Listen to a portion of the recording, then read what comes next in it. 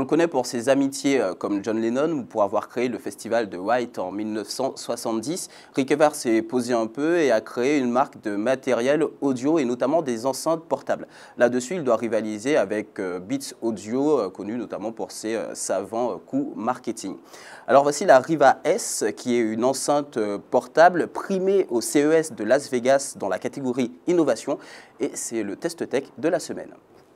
La Riva S a d'abord un design assez simple. Elle ne ressemble pas à une curieuse gélule comme l'enceinte de Beats, mais ça lui donne un look plutôt sobre. On a l'impression d'avoir en main un vrai objet technologique, même si son poids, 700 grammes, rend cet objet un peu lourd. Heureusement, il y a une housse très résistante avec un mousqueton assez large qui facilite son transport.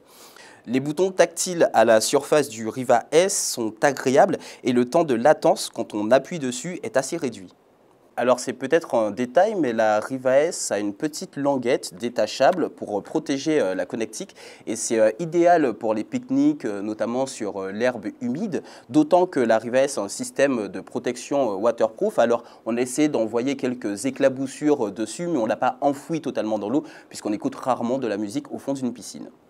Côté puissance, on n'a pas été déçu, on compte pas moins de 7 haut-parleurs sur cette enceinte.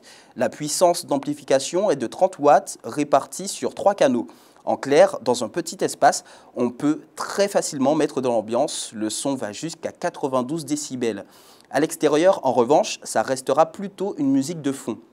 Mais c'est la particularité de la Riva S. Le son est de très bonne qualité, surtout quand on écoute de la musique plutôt douce comme du jazz. À forte puissance, la Riva S ne sature pas. Pour les adeptes de l'électro, en revanche, il faudra peut-être aller voir ailleurs. La Riva S manque de mordant sur les basses et il faudra peut-être acheter la Riva Turbo X, grande sœur de la Riva S, qui coûte plus cher.